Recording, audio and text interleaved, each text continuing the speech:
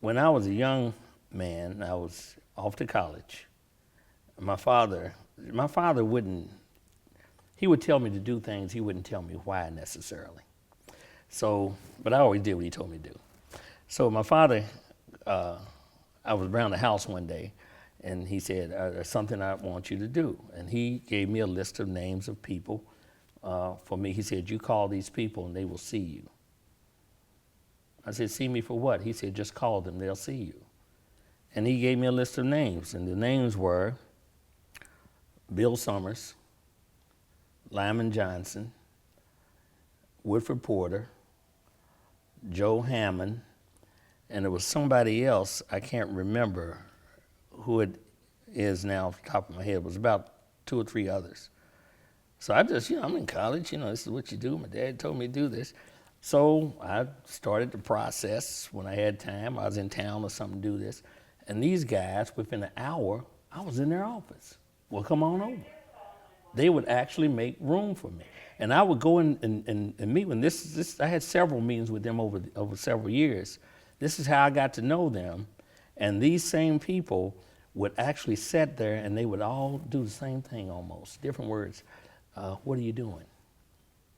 Well, how's that? Then they, well, you could do this, such and such, real soft type stuff. They were giving me guidance. And I can't figure out whether that was something that they all agreed to do or whether it was something my father said, because he never told me. I never knew till years later the significance of it, even, because I was, headstrong. I knew everything. I was sophomoric at the time. But I think now. So now I tell my secretary, and I've been practicing law since 75 or something like that. I said, when a young person calls here and they want to see me, make room in my schedule to see them, I got that from that. Think about that. That's amazing.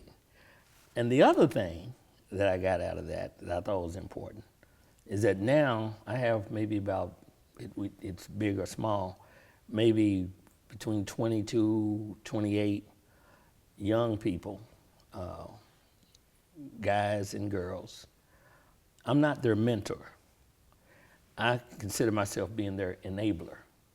So they have my number. They call me periodically. I give them information. I open up a door for them. I do that kind of thing. All that stuff comes out of that. So I don't make fanfare of it. I don't, it's not a big deal. I try to encourage my counterparts, we need to be intentional about who's succeeding us and, how we reach out. And I'm finding more and more, not because of me, that there are those out there doing the same thing, more or less. So that's you're talking about things that are hopefully encouraging. That's encouraging to me to see that. So this AAI piece I'm talking about, at some point, we're going to start pushing that piece in terms of not mentoring. See, mentoring is a whole different thing. You commit your time. If you don't show up, you destroy it. You got to show. We don't do that. We're too busy. But we can be there. We can open our doors. We can let them know they're welcome. And I only ask them to do one thing. I said, there's only one rule in this game. You must proceed with integrity. That's it. I said, because if you don't, and that's detected by me, then I will not open these doors for you anymore. I'll be good to you, I'll be nice to you, and I won't talk about you.